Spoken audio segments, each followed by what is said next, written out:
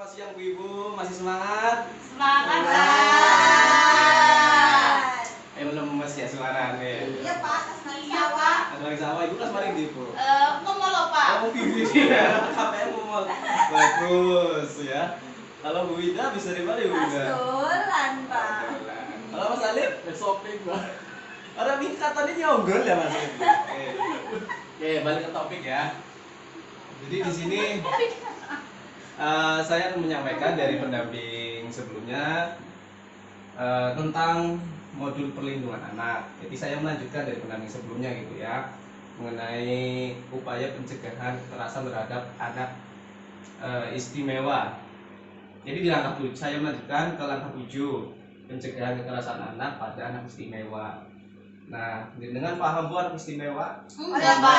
Tadi kan udah disampaikan. Menurut saya itu anak istimewa, semuanya untuk anak itu istimewa, Pak. Emang apa sih, Pak, anak istimewa itu?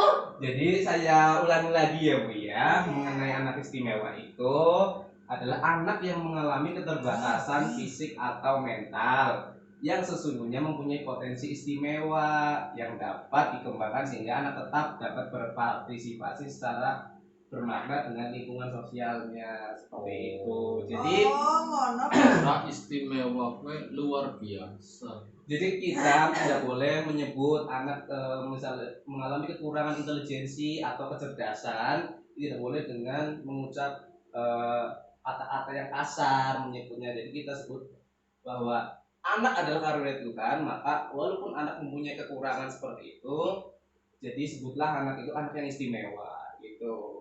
Jadi jadi di sini saya akan membahas tentang pencegahan kekerasan terhadap anak istimewa. Nah, anak istimewa rentan sekali mengalami kekerasan. Kenapa? Karena di lingkungan sosial kita, di lingkungan sekitar kita menganggap bahwa anak istimewa ini tidak berguna atau tidak bermanfaat. Jadi, yang namanya anak adalah karunia Tuhan. Setiap anak punya potensinya masing-masing. Nah, untuk mencegah kekerasan yang sering terjadi di lingkungan, kira-kira menurut Ibu, setelah saya jelaskan tadi mengenai pengertian anak istimewa, menurut Ibu Ika, pencegahan kekerasan terhadap anak istimewa itu seperti apa? Apa ya? Pencegahan Kekerasan terhadap anak istimewa. memberikan kasih sayang apa ya, Pak? Oke, satu memberikan kasih sayang. Ini lebih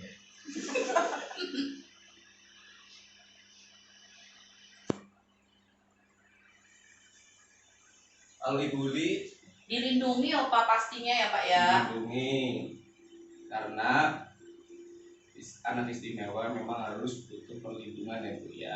Iya, kalau nggak dilindungi nanti kita kali no, Pak. Tuh, terus kalau Ibu Winda, Jawabannya apa ya? oh, Dikasih makan loh, Bu Winda. oh iya, karena anak itu harus dinafkahi ya Bu ya. Iya. Karena Tuhan harus diberi apa tadi? Kasih makan. Oh, dikasih makan. Iya, masih fokus ya Ibu Winda ya, bagus. Oke, kalau menurut Bapak Alif, aduh apa ya, Pak? Pak Alif, Jangan dibully, Pak. oh ya, jangan dibully. Dibully apa itu Pak Alif? Dibully ya Diece ya, Om ya. Betul, jangan dibully. Oke, masuk. Oke, dari poin-poin yang Bapak sama Ibu sampaikan di sini ada satu memberikan kasih sayang menurut Mbak Ika ya, Ibu Ika ya. Kedua dilindungi, ketiga dikasih makan menurut Mbak Winda, 4 jangan dibully. Oke. Mari kita lihat upaya pencegahan kekerasan terhadap anak istimewa yang akan saya sampaikan di sini ya Bu ya. Nah, ini ya Bu ya. Satu, menyadari bahwa anak adalah amanah dari Tuhan Yang Maha Esa. Jadi, setiap anak itu adalah karunia Tuhan yang luar biasa ya Bu ya. Jangan disia-siakan. Kemudian jangan merasa malu atau tidak merasa malu apabila memiliki anak istimewa seperti itu. Jadi kadang-kadang kita ya nggak menerima kenyataan. Padahal sesungguhnya kalau kita rawat, kita berikan hak-haknya sepenuhnya, itu mempunyai potensi sebenarnya, Bu. Potensinya apa, Pak? Banyak. Misalnya ada bisa menjadi atlet. Dulu ada yang namanya atlet para games gitu. Para games itu iya, para games apa, Pak? cabang olahraga bagi yang disabilitas, Bu. Jadi mempunyai Kalau di Brebes sih di istimewa. mana, Pak, itu tempatnya, Pak? Kalau untuk di Brebes, jadi jenengan langsung ke dinas olahraga terdekat gitu ya, Bu ya, di Pora atau dimanapun yang Anda temui, atau di sekolah. Biasanya sekolah mengarahkan gitu. Sekolahnya di mana sih, Pak? Di anak istimewa, Pak. Kalau untuk anak istimewa, sekolahnya juga khusus. Jadi ada namanya tingkat jenjang dasar, itu namanya SDLB. Iya, Pak. Oke, di Brebes. Kalau kayaknya sudah SDLB kali sih. Selanjutnya, poin selanjutnya untuk pencegahan kekerasan anak istimewa itu mau memperkenalkan anak istimewa kepada lingkungan. Jadi supaya anak juga merasa dihargai di lingkungannya, maka harus dikenalkan pada lingkungan sekitar. Supaya apa? Supaya si anak ini mampu menyesuaikan lingkungannya seperti itu ya, Bu ya. Kemudian poin selanjutnya adalah percaya bahwa anak dapat mandiri.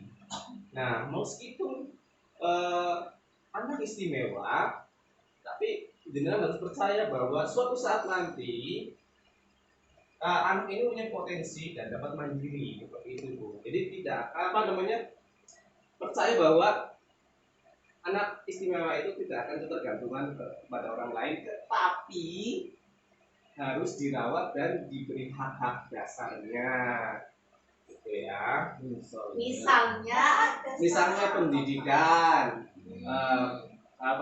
pelayanan sosial, terus kesehatan juga harus dipenuhi hak-hak dasar anak seperti itu ya.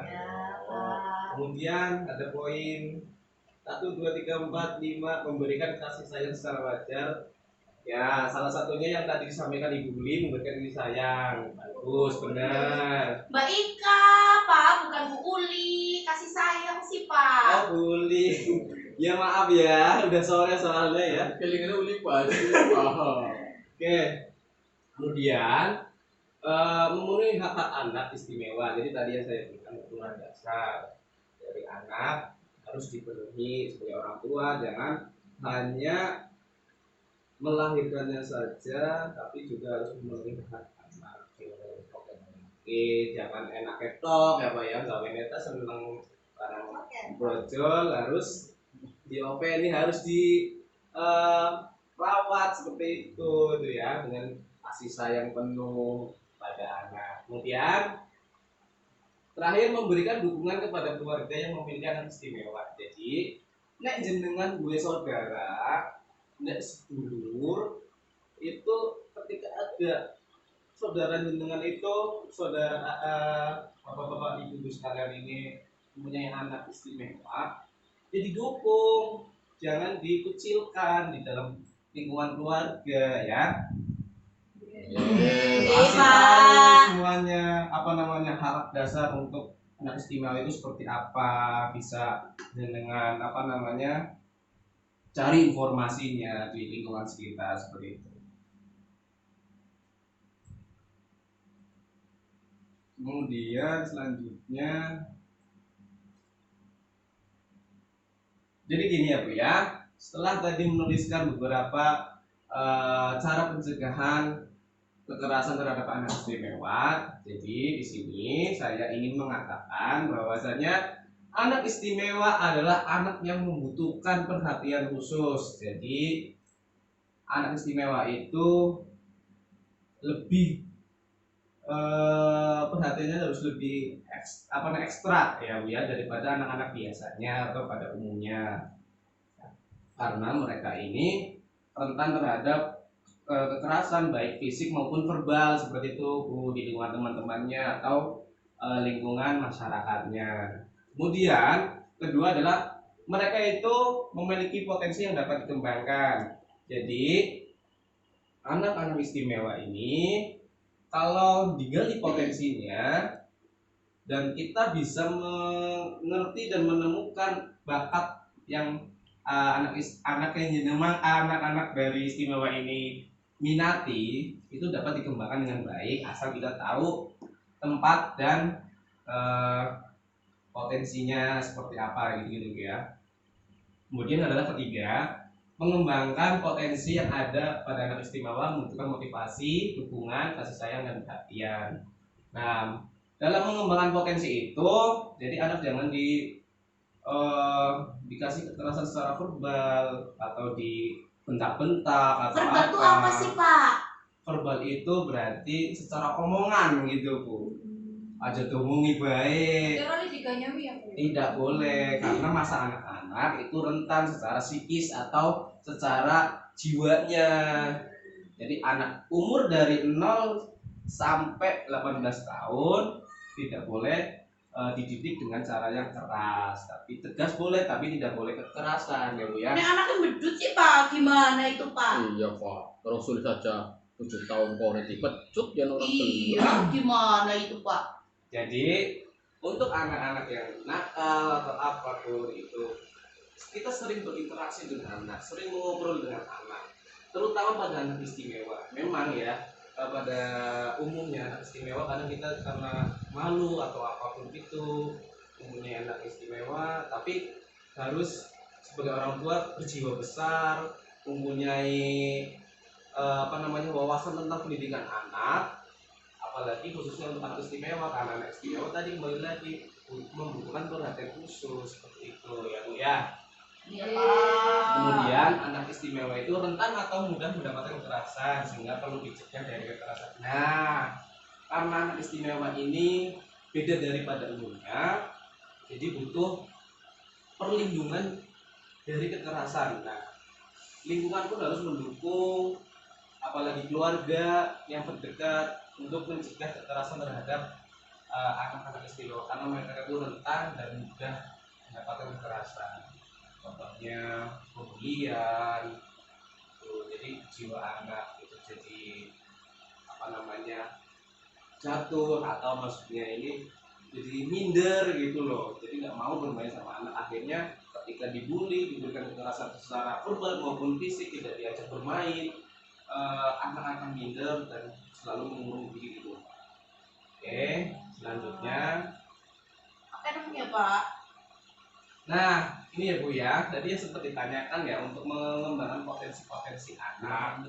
Jadi di sini ada beberapa lembaga yang memberikan layanan untuk penanganan kekerasan anak. Jadi selain mencegah, dengan juga harus tahu lembaga-lembaga yang menangani kekerasan pada anak.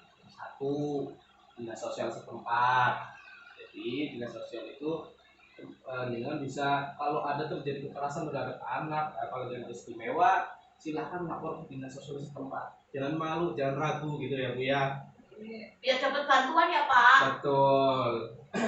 Kemudian kedua ada P2TP2A, Pusat Pelayanan Terpadu Perlindungan Perempuan dan Anak. Kemudian poin ketiga PPA, Perlindungan Perempuan dan Anak, Rumah Perlindungan dan Trauma Center. Kelima Komnas Perlindungan Anak. 6 Komisi Perlindungan Anak Indonesia atau disebut KPAI. Kemudian 7 Tim Reaksi Cepat Kementerian Sosial. Kemudian 8 dan 10 dan lain-lain. Sampai di sini paham ya Bu ya. Jadi jangan kalau menemukan di lingkungan sekitar dengan bahkan atau saudara sendiri yang mempunyai anak istimewa dan terjadi kekerasan pada anak tersebut, silakan laporkan kepada berbagai lembaga terkait yang menangani kekerasan pada anak, gitu ya Bu ya. Iya. Kantornya nanti Pak. Oke, sekian dari penyampaian saya. Ada pertanyaan nih Bu? Enggak Pak. Enggak, oke. Cukup Pak. Oke, terima kasih atas kehadirannya. Semoga kita bisa berjumpa lagi di pertemuan bulan berikutnya ya. Amin. Oke, assalamualaikum warahmatullahi wabarakatuh.